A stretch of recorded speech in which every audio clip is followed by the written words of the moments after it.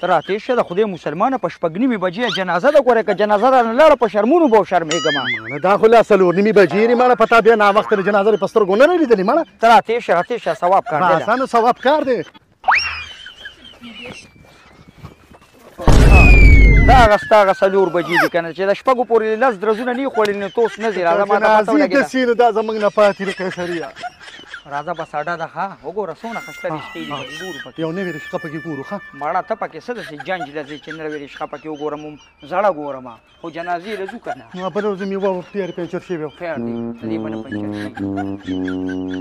السلام علیکم استاد وعلیکم السلام یاره دې بر کلي ته ځو که نه جنازه ده نو ما وی بس ومرسوه ولې نه ځوانه راخیږې راځې چې ځو صبر وکړه کاکا سټارټوم ولې ځوانه څه چلو شو دا راته ووایه چې څو روپۍ به والې تاسو راسه بیا هلته لانجې کوې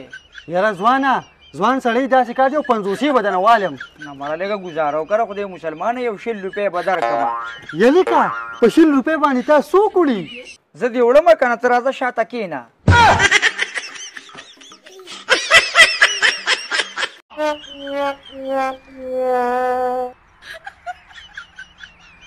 یاره یو خو دې زرغون شاه ماما دونه خراب سپې ساتلي په ایمان کاټی له تتلی شم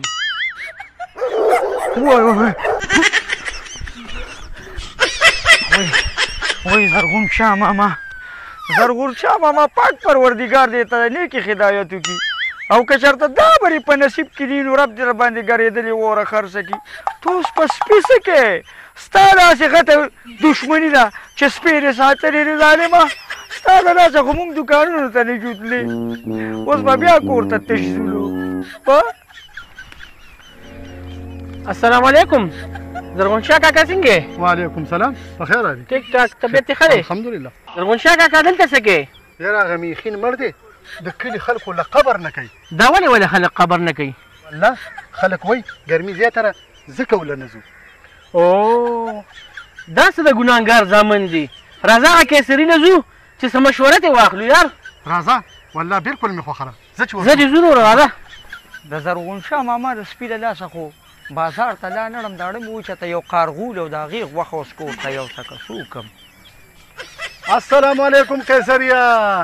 یو مشوره راکه نه در کوم ولې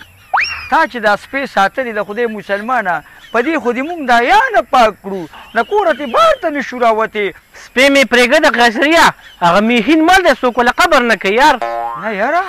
دا ولې خلک وایي ډېره زیاته ګرمي ده